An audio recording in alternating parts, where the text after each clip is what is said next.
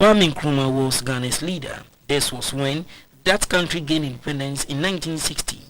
Ghana has been a top contributor of troops to the sustenance of peace in that country. Though a lot has been put in place to promote peace, Mali continued to battle with the Tuareg, a terrorist group. President Akufo-Addo assured his counterpart, President Ibrahim Boubacar Keïta, of Ghana's preparedness to support Mali. President Akufo-Addo also commended Mali for playing key role in tackling terrorism in the West African sub-region. The two leaders pledged to work towards strengthening the ties of cooperation between the countries with focus on trade, agriculture and security. President Akufo-Addo and his Malian counterparts reaffirmed their commitment towards the implementation of the ECOWAS protocols on the free movement of goods and persons. In order to curb the smuggling of agrochemicals, the two countries agreed to put measures in place to stop the illegal movement of agrochemicals from Ghana into Mali, as well as take steps towards the diversification of agriculture in the two countries.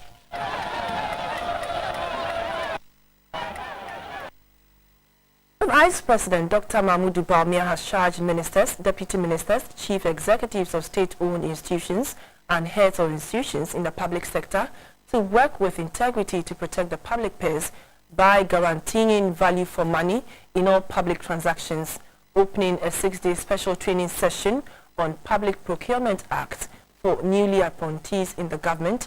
Dr. Bawumia said the procurement processes has been the breeding grounds for corruption in the public sector, but the government is determined to tackle it head-on. Has over the past 2 decades made significant progress in its public financial management reforms program with the introduction of several laws to streamline financial management in the public sector. Despite this progress, reviews of the system has revealed that the system has shortfalls which need to be addressed. This is why the government in 2016 introduced 2 new amendments, the Public Procurement Amendment Act 2016 and the Public Financial Management Act 2016, Act 921, to rid the system of any bottlenecks and provide a clear legal regime to guide public financial management and processes. The 6-day training session for ministers, deputy ministers, chief executives of state-owned enterprises and other political heads in the public sector to introduce them to the procurement laws and build their capacity on how to apply the laws judiciously forms part of the move by government to reduce corruption. A deputy minister, Abeno Sayasari, said complying with the procurement laws strictly will save the country a lot of revenues. A compelling case can be made for the importance of complying with the public procurement law. It is an empirical fact that countries could make tremendous savings through concerted efforts to strengthen their procurement functions by strict enforcement of fiscal discipline and improved revenue generation. The Minister of State in charge of procurement, Ms. Sarah Adjwasafo, outlined steps taken by her outfit to clean the procurement processes in Ghana. We are compiling a list of all ongoing contracts and projects with all government institutions in order to advise government whether or not to proceed or abrogate such contracts. Investigating the procurement processes and procedures that each procurement entity went through before awarding government contracts to any public sector person in order to ascertain the level of compliance. My office will come up with a policy document on 70% of government contracts or projects for our local companies or industries, and also ensure that 30% of that 70% goes to women, companies owned by women, persons with disability, and the youth in employment.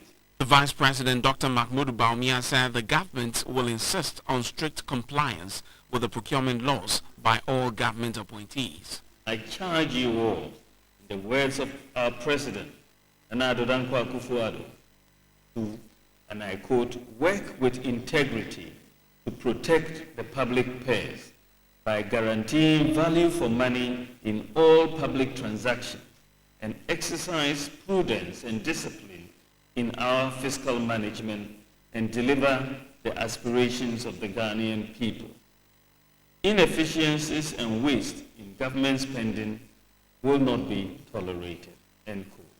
I challenge you this day to rise above the rhetoric and focus on greater performance that will deliver broader national development outcomes for our dear country.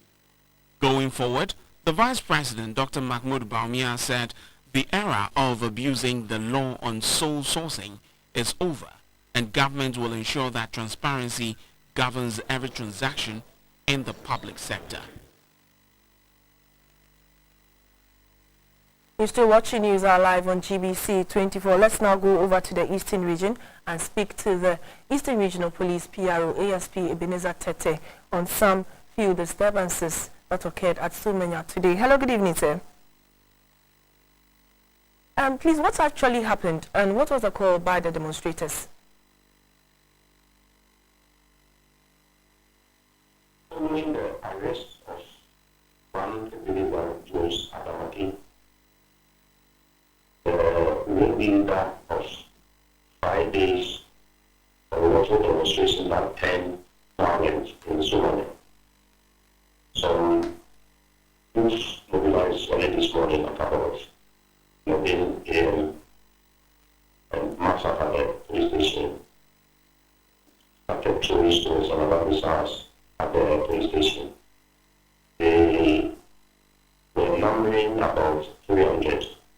So, in the course of their violent act, two police officers who were on duty at the police station had no option than to run for their lives. So, they marched the police station, caused extensive damage to cells, and managed to aid the escape of the 4 suspects who were in our custody. 2 of them were remand suspects, and the other 2 were also facing stealing charges against them. So, following their action, we deployed some police officers to the grounds. So, as we speak, we have personnel from the regional police headquarters here in Kutungia, personnel from the counter-terrorism units, also the front police units. Personnel from the Akosomo division also beyond in. They are assisting the local police to help maintain law and order in Somalia. ASP. Speak. I have the normal as returned to Somalia, and we have succeeded in arresting 6 suspects who are assisting us by investigations. With the Matamati, the main leader, as we speak, is in our custody in Kusungi, are also assisting us. The case of demonstrating without evidence, causing unlawful damage. ASP. So as we speak, Somalia is calm, and police patrols have been intensified to ensure that overnight, if persons may be planning reprisal attack on the police, they may be able to put them in the back. So that is the situation happening in Somalia. Okay, so what's brought about this disturbance? As I told you, some people demonstrated unlawfully on Friday because they claim that the EFD office in Somalia was appealing them, and during the course of their unlawful demonstration, because permit was not sought, permit in the sense that they did not write to police notifying us in 5 days, the demonstration went on and it turned violent, and in the process, property of the EFD was destroyed, and of course, Ebenezer Adamaki was the one who led the demonstration. We have to pick him up this morning, and the people were not happy because we have picked somebody who has incited them and led them to go and commit a criminal act. And that was why they sent their spleen and anger on the police early this morning. So as we speak, we are on the ground to ensure that law and order to win there, and we are appealing to all law-abiding citizens to continue lead peacefully, but those who are going to tell the law to make sure that the law applies and applies without any fear of the evil access. All right, thank you very much. We've been speaking to the Eastern Regional Police PRO ASP Ebenezer Tete on some disturbances that occurred at Somanya today. Now, away from that story, more than 3,500 peacekeepers all over the world who lost their lives while serving under the United Nations flag since 1948 have been remembered at a wreath-laying and flag-raising ceremony in Accra. The event, marked annually on International Day of United Nations Peacekeepers, recognizes the dedication of the military, police and civilians who have served and continue to serve the UN peacekeeping operation. Of United Nations peacekeepers by paying tribute to both uniformed and civilian personnel who have and continue to work for the organization. A wreath-laying ceremony was also held in honor of all the peacekeepers.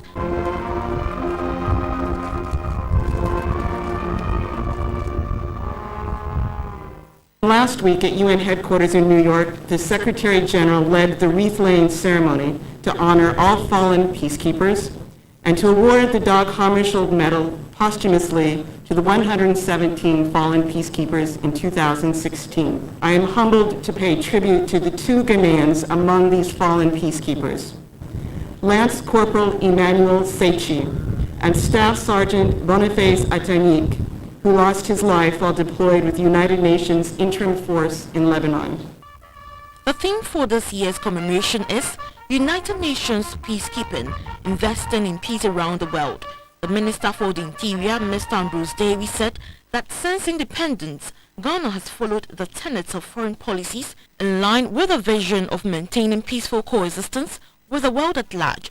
The surge in the demand for complex peacekeeping operations has placed new strains on the international system. Troop contributing countries, as well as the troops who are increasingly facing grave threats. Excellencies, ladies and gentlemen, I wish to use this occasion to emphasize the importance of the values of tolerance, unity, and respect for the rule of law in our body politic here in Ghana. Currently, UN peacekeeping operations receive contributions of military and police personnel from 124 member states. Ghana has served in over 65 United Nations peacekeeping missions. They are Cambodia, Rwanda, Sierra Leone, Congo, Liberia, Cote d'Ivoire, Mali, South Sudan and other special missions around the world. For GBC24, Oforiwa Dakon reported. Fishing communities in the country have appealed to the government to equip the Ghana Navy to fight illegal fishing activities in Ghana's water bodies. The fishermen say the practice is depriving them of their livelihoods. Food and Agriculture Organization FAO ranked Ghana among the top 10 fish-consuming countries in the world. Fish contributes 60% of protein needs of Ghanaians and also contributes about 5% of the nation's GDP. A visit to Shamar fishing community, where the River Pra joins the sea in the western region of Ghana, brings to the fore the extent of the damage illegal mining has had on water bodies. Here, one can hardly see the color of the sea or the river.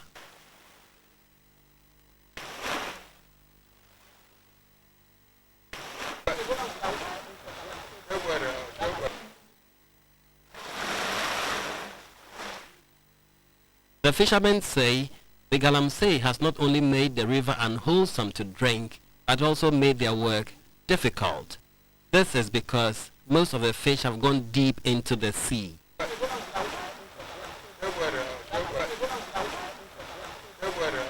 They also blamed light fishing for their woes and alleged that some of the people involved in the illegality are from different communities. The fishermen explained that the light attract the fish irrespective of their size and afterwards use dynamite to kill them. So realizing that others are harvesting fish in their waters, some of them also started illegal fishing. The fishers are of the view that the war on illegal fishing cannot be won unless government ensures that fishing laws are obeyed. Other issues that came out for discussion was the method called pair trawling. It involves two trawlers who stretch and drag a net sweeping along its path, even the tiniest fish, thereby depriving canoes of their due. A unit committee member, Mr. Francis Kobina, says he has witnessed bumper harvest when these challenges were not widespread. We have a lot of people. I can't even count it. Some of them engage fishing here. We don't have any work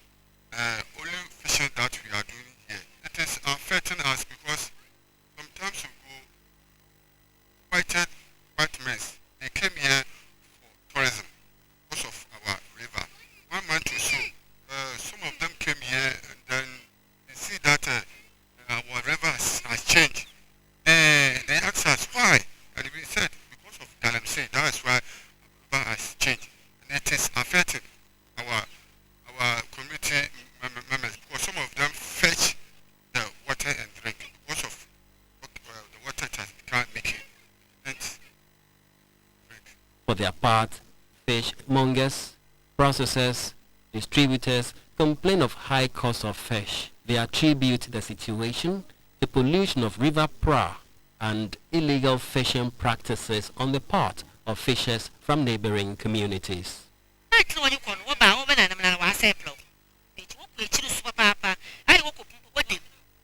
Light fishing affects the quality of the catch. We used to drink from the Pra River, but because of galamsey, we can no longer drink the water.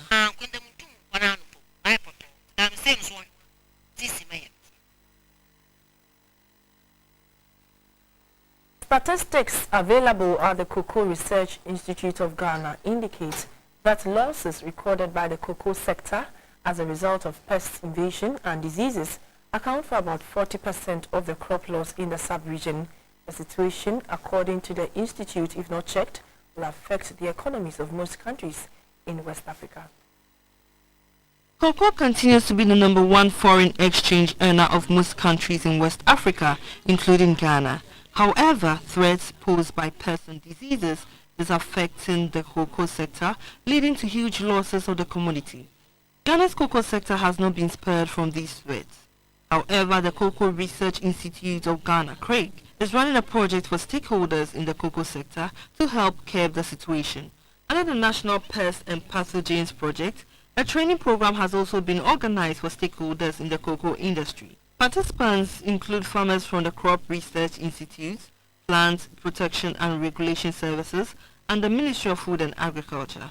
They were educated on pest surveillance, eradication of diseases, and management of existing and new pests and pathogens.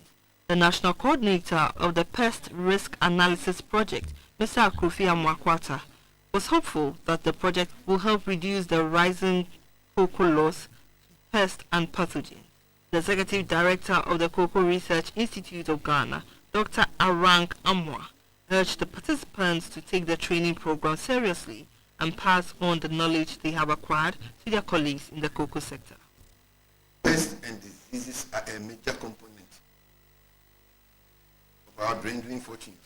A workshop like this is very important to enhance competence and capacities of research scientists, quarantine practitioners, custom officers, and others on trace of possible introduction of exogenous pests and diseases in the sub-region. Region has not been spared by the armyworm invasion. Over 5,000 hectares of farmlands are severely hit. Farmers in the region have appealed to government to monitor the spraying exercise. Affected farms in the region span Kintampo, Atebubu, Nkranza, Techiman, Winchi, Banda, Gosu, Kotokrom to Odumase. The news team, after touring the areas, spent some time with affected maize farmers at Kotokrom in the Sunyang West district. Some farmers were busily spraying their farms with some chemicals they say was recommended by them by the regional agric office. They declined to name the pesticide in question. Wanting to know how helpful it has been to them, GBC24 probed further. In response, the farmers said applying the pesticides has not yielded any positive results, but rather they keep incurring huge losses. They are calling for assistance to fight the pest infestation. We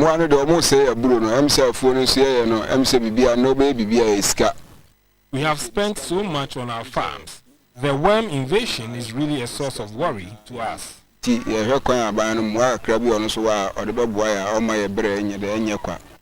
Razak Ademu has been cultivating maize for the past 15 years.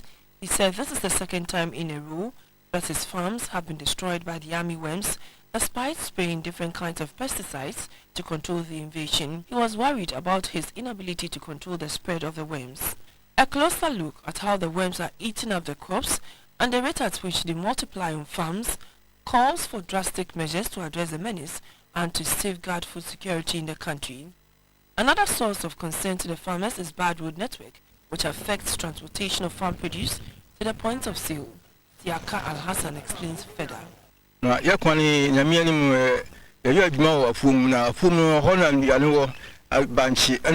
road is in bad shape. Those who use this motorcane find it difficult to transport farm produce. Other transport operators refuse to use this route when it rains. We need help. Aisha Isaka, also a cereal grower, says she is troubled by the invasion as she has lost much of her investments. The 2016 National Best Maize Farmer, Kofi Vigno, spoke about a collaboration he is doing with the Agric Department of University of Natural and Energy Resources, Asunyai, to come up with a pesticide that has the potential to kill the worms. We try some chemicals, we do some combination of chemicals, and it worked perfectly. So we recommend that if government could go to import those chemicals for the control mechanism of the worms. Experts say the fall army worm invasion in Ghana could affect over 80,000 hectares of farmlands in the country and hold back the clock on the economy. Commercial drivers within Ablekuma, Mahia, Uduma and Isekena in the Greater Accra region have staged a protest against the bad nature of roads in the area. They are appealing to government to put the roads in good shape. Hundreds of commuters within the Ablekuma, Mahia, Uduma and Isekena areas were stranded this morning as the roads were blocked with used tires which were set ablaze to prevent vehicles, motorcycles and commuters from using the road. As part of the protest, commercial drivers parked their vehicles and refused to pick passengers. Others, including landlords and tenants, blocked portions of the main road to prevent any movement. Some workers and school children who were in a hurry to get to their destinations used the Isekena Lake to get to the other side of the road. Some even had to pass through the fire with their motorcycles. The commercial drivers claim that the roads have destroyed their vehicles and they are compelled to spend huge sums of money in fixing them every day. They are calling on government to come to their aid. We know this government is moved. This road should have been constructed long ago, but we don't know why it wasn't done. We are appealing to the government to help us with this situation, for we are suffering. This is the second time in 4 years that commercial drivers in the area are staging protests against the bad nature of the road in the area.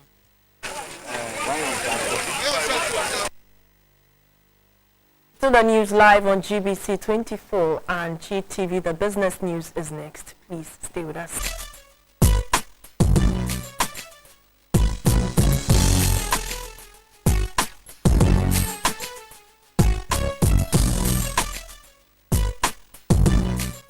Hello, good evening and welcome. Time now for some business updates brought to you by NIB and Ernest Chemist. I'm Dorothy Ajimai.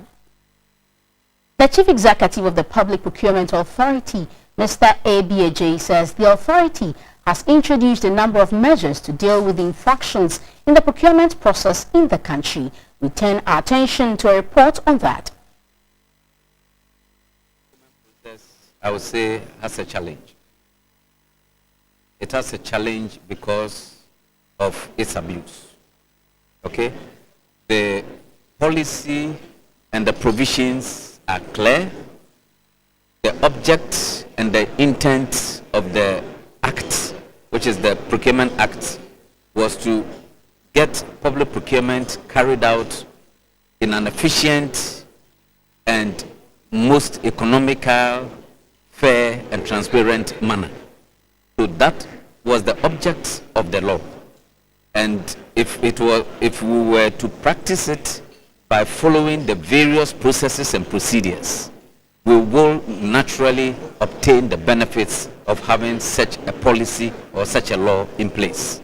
So if you ask me of a critical challenge, I'll tell you that the critical challenge is and will continue to be misapplication of the various provisions. And therefore, we have come here today to bring the new appointees up to speed with the essentials of the various provisions and their application, so that if they are able to implement it in accordance with the procedures set out, then we are all as a nation going to have the benefit of value for money in our procurement discourse. The Ministry of Trade and Industry has launched a 3-year business regulatory strategy reform action plan. This plan, which is to be implemented from June this year, seeks to improve and create a more friendly business environment for the private sector. Business Regulatory Strategy Reform Action Plan is to make processes in doing business less cumbersome for the private sector. 4 reforms undertaken by the partnering agencies relates to registering a new business at the Registrar General's Department. The reforms shortens the procedures for establishing business, and that includes making it possible for the acquisition of a business certificate in 1 day. Duration for business registration has been reduced from 14 days to 5 days. Getting electricity was also discussed. Cost of energy is one area the impact of the reforms might be felt most. Getting connected to electricity, which requires an upfront payment of 62,614 Ghana cedis to the Electricity Company of Ghana, is slashed to 20,000 Ghana cedis, and arrears could be spread over time. Illegal connection was mentioned as a challenge to the company. ECG therefore called on government to establish industrial parks through the district assemblies in a certain part of Ghana where it is the service provider. Another aspect of the reform has to do with construction permits. The process for obtaining operational certificate has been simplified at all regulatory bodies such as metropolitan and municipal assemblies, the Ghana National Fire Service, the Lands Commission, the Environmental Protection Agency, and the Ghana Water Company Limited. On the 4th reform on trading across borders, time to import border compliance has been reduced from 282 to 89 hours, which will now cost $533 as against the previous $775. An online registration system for the implementation of a single and shared importer, exporter and produce has also been introduced. The president of the Association of Ghana Industries, AGI, Mr. James Asarieje, said in the last quarter of 2016, AGI's review barometer showed that the index moved from 101 to 103, meaning businesses are doing well. The Minister for Trade and Industry, Mr. Alan Chermatin, said the reforms seek to improve Ghana's international competitiveness ranking. One of the interesting things that you will find will be part of this strategy is that we actually need a registry for our regulations. We need a registry that provides transparency and an actual record of what the regulations are so that the private sector, anybody can have reference to this registry. A Deputy Trade Minister, Mr. Robert Ahumkalinsi, said the comprehensive plan by government will promote rapid industrialization, trade and create jobs in the private sector. We're going to establish transparent, inclusive, predictable and consistent processes for consultation with government. What we're saying is that we're going to make sure we don't introduce anything as a government on your blind side as a private sector. We need to ensure that they're predictable, they're consistent, and they're consulted with in terms of the private sector. Interestingly, all agencies engaged mentioned the introduction of online systems as part of their reform process. You're watching the business segment of the news. On interbank markets, the cedi maintained its value against the US dollar to trade at 4 cedis 30 pesos. It, however, lost 6 pesos against the pound sterling to trade at 5 cedis 56 pesos. Let's have the rates.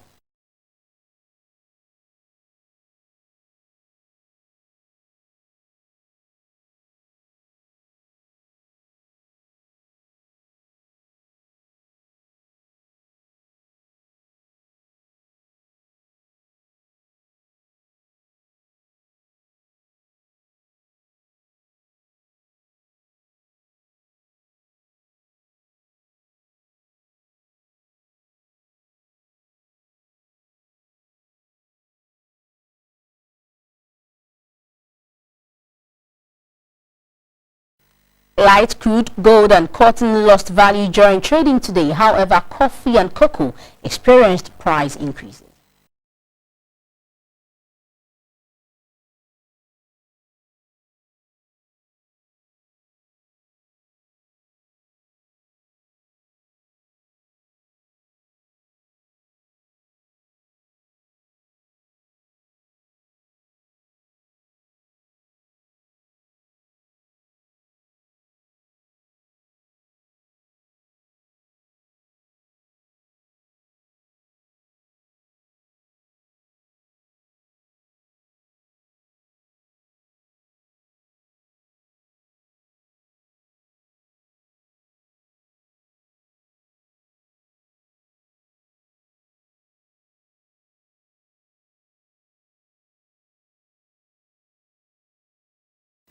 And that's it for the business segment, brought to you by NIB and Ernest Chemist. The health segment is next. Please do stay.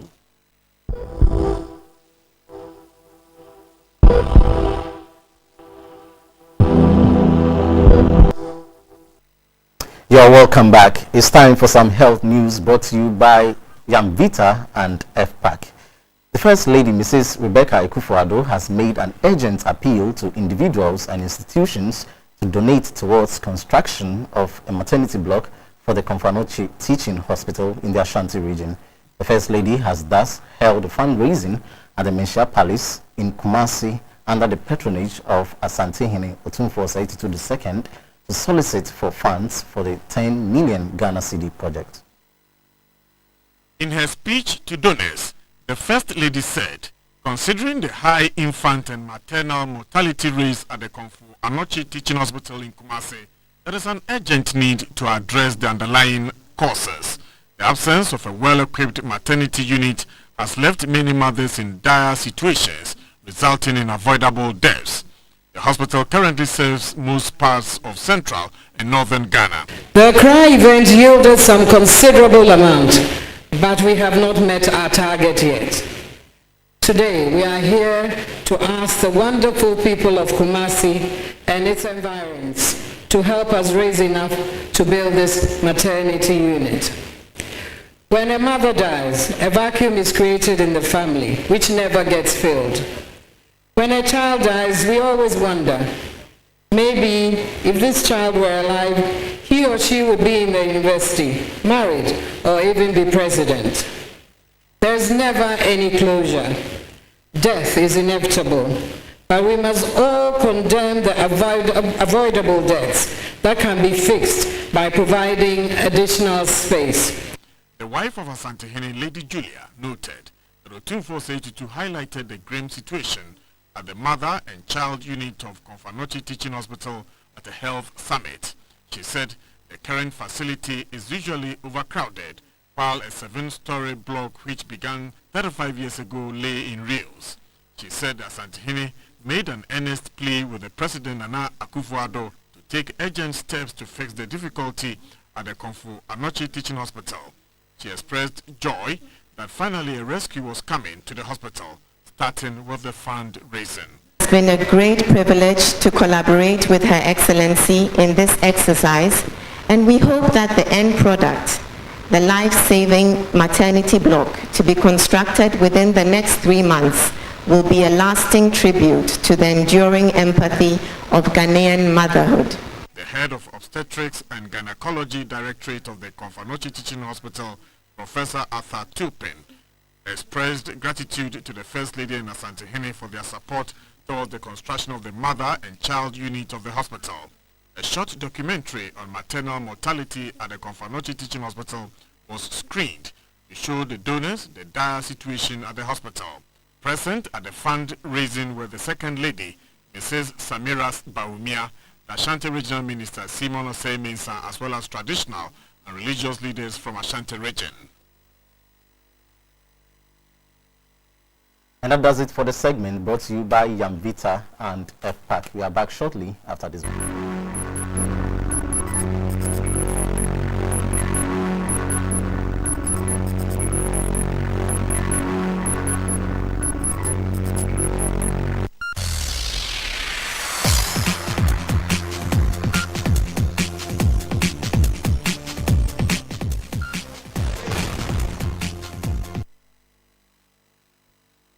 Welcome back. In sports news, the 2017 edition of the National 30-kilometer road baton relay has been launched in Accra. The event, which has been fixed for the 12th of August, is open to athletes at the senior high school level. Edition of the nationwide road baton relay, a 30-kilometer race reserved for athletes at the second cycle institutions in the country, has been launched in Accra. The event, organized by Dreamland Sports Plus, is in collaboration with the Ministry of Youth and Sports, the Ghana Education Service, the National Sports Authority, and the Ghana Athletics Association. It is aimed at discovering talent to revive long-distance running in the country. The Director General of the National Sports Authority, Mr. Robert Safo Mensah, said his outfit is aiming at reviving sports at the school level.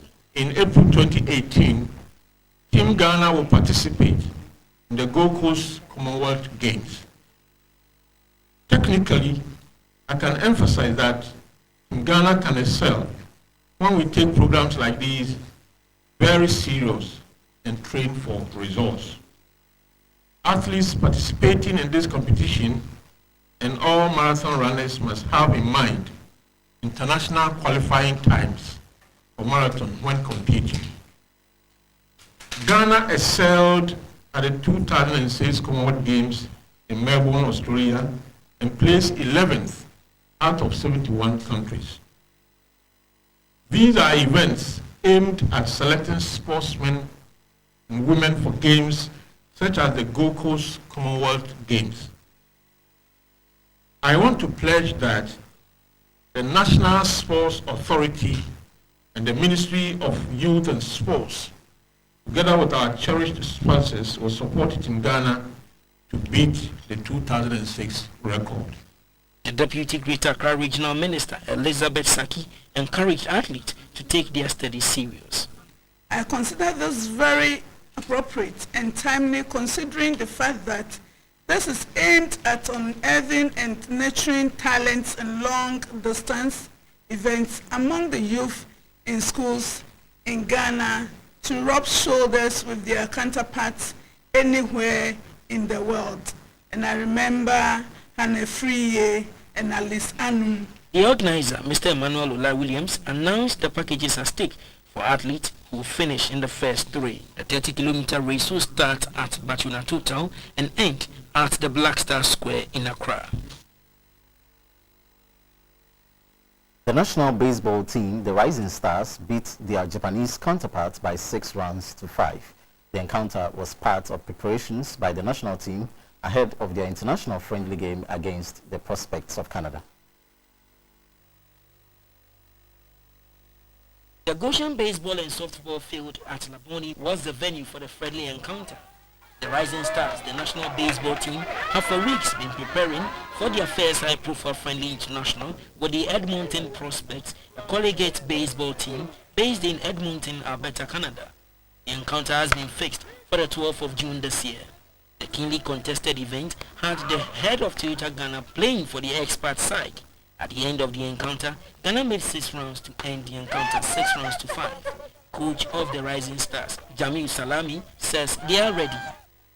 So far, we've been training for so long now, and we believe that when we get there, we are going to make it over there. My boys, the batting, I believe the batting is not all that okay, so we have to train more on the batting, and the pitchers too, they have to train more on that too. Captain of the side, Daniel Yawatiemu, says they will not disappoint. His counterpart, Kiyoshi Yashimuto, known in the baseball circles as Yas, was happy at the progress made by the Ghanaian team. Batting is very nice, but I want to teach more batting and fielding and running. The president of the Ghana Baseball and Softball Association, Mr. Albert Frimpong, downplayed suggestions that the encounter with the Prospects of Canada is not worth it. No African team. You dare not even push yourself, light yourself. This is a top class team. When you come to Africa, you see that nobody. The Rising Stars are currently ranked 3rd team in Africa and 42nd in the IBAF World Rankings. The Ghana Immigration Service women's football team made light work of Cape Coast-based Division 1 side Socrates Ladies. They beat them by 7 goals to 0 to progress to the next stage of the Sanford World Clinic Women's FA Cup competition. Ghana Immigration Ladies welcomed the Division 1 side based in Cape Coast, Socrates Ladies, at their adopted home, the Dansoman Corridor Park. The clash was one of the fixtures for the 2017 Sanford World Clinic Women's FA Cup round of 32 clash. The experienced immigration lads struggled to contain the youthful lads from Cape Coast. A penalty was awarded to immigration on the 30th minute, which they scored to unsettle their opponent. Grace Boy doubled their lead on the 39th minute to end the first half 2 goals to 0. Back from the break, immigration in their traditional green and yellow jersey were rejuvenated.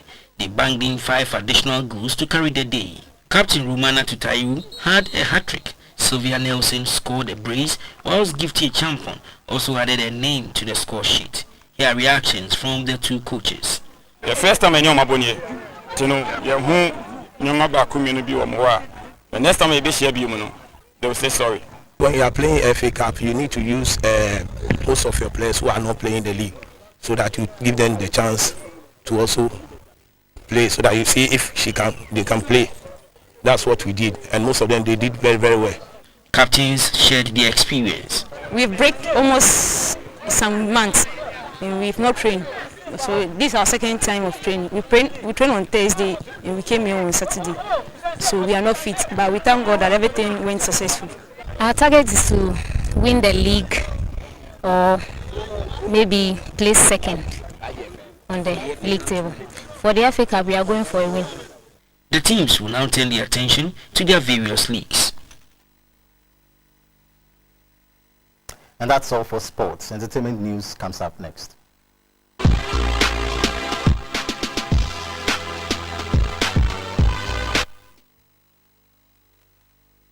As part of Ghana's 60th independence celebrations, some artists exhibited their works at the Accra Mall Food Court. The exhibition was organized to help promote Ghana as well as encourage more people to support the creative arts industry.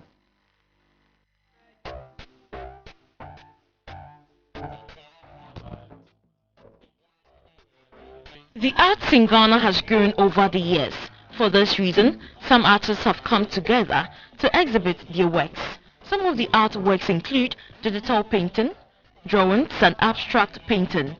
Some of the artists were captured in the process of their work.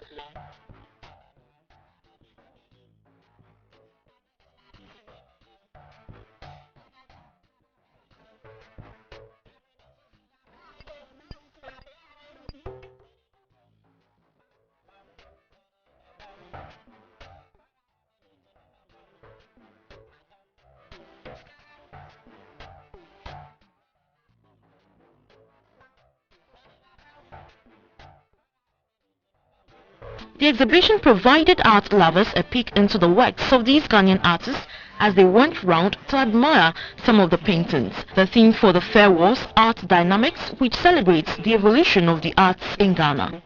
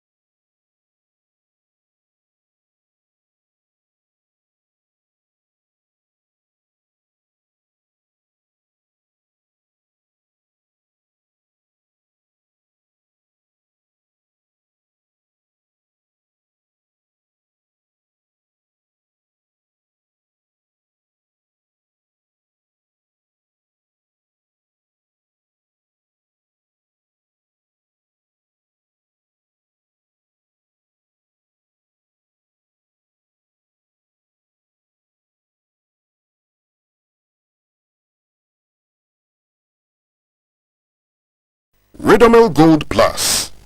Mixing and rate of application. Using Redomel Gold Plus between May and September will protect your trees from black pod so that you can get a good harvest. Before you use Redomel Gold Plus, wear your protective clothing. Overalls, Wellington boots, gloves, hat, and mask. Half fill your Matabi knapsack sprayer with water. Add 150-gram sachet of Redomil Gold Plus. Then add more water until the tank is completely full. Close the lid and shake well to mix the Redomil Gold properly. Remember, you should use 150-gram sachet of Redomil Gold Plus per tank full of water and 6 50-gram sachets of Redomil Gold Plus for every acre of cocoa farm. We are in the rainy season, so it's not advisable to have outdoor activities. So we meet same time tomorrow. Have a good day. That's all the news for this hour. Thank you for watching. News tonight is at 10 p.m. Please make a date. Good evening.